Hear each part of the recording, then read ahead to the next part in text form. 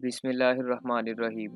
अस्सलामुअलैकुम दोस्तों, मैं हूं मोहम्मद कामरान और आप सबको नॉलेज ज़िप की एक और किस्त में खुशामदीद। दोस्तों, आज हम बात करेंगे उन 3 लोगों की जो एक तीर की वजह से जन्नत में दाखिल होंगे, और ये भी जानेंगे कि अल्लाह के रसूल सल्लल्लाहु अलैहि वालैहि वसल्लम को घुड़सवारी से ज़्यादा क्या चीज़ पसंद है।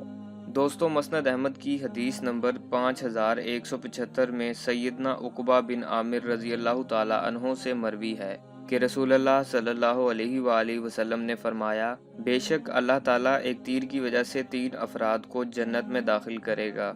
एक उसको बनाने वाला जो खैर के इरादे से उसको बनाता है, 2 उसको आगे मुजाहिद को पकड़ाने वाला, और 3 उसको फेंकने वाला। फिर आप सल्लल्लाहु अलैहि वालैहि वसल्लम ने फरमाया, तीर अंदाजी भी करो और घोड़े पर सवार होकर इसकी मश्क भी करो, लेकिन मुझे सवारी की बनिस्बत तीर अंदाजी ज़्यादा पसंद है, और जिस जिस चीज़ के साथ बंदा खेलता है वो सब बातिल और बेमकसद हैं, माँ सिवाय इन अमूर के।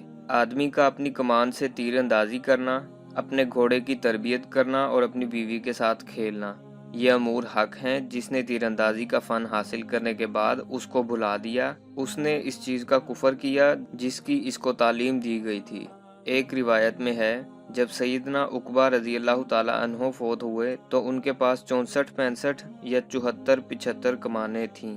हर कमान के साथ थैला और अरबी तीर थे, और उन्होंने इनके बारे में वसीयत की थी कि ये अल्लाह के रास्ते में वक्फ हैं।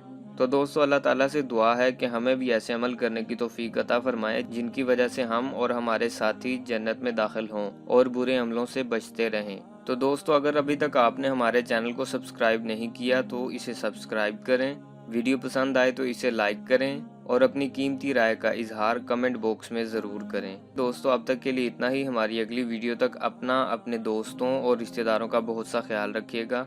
अल्लाह हाफिज़ व नासिर।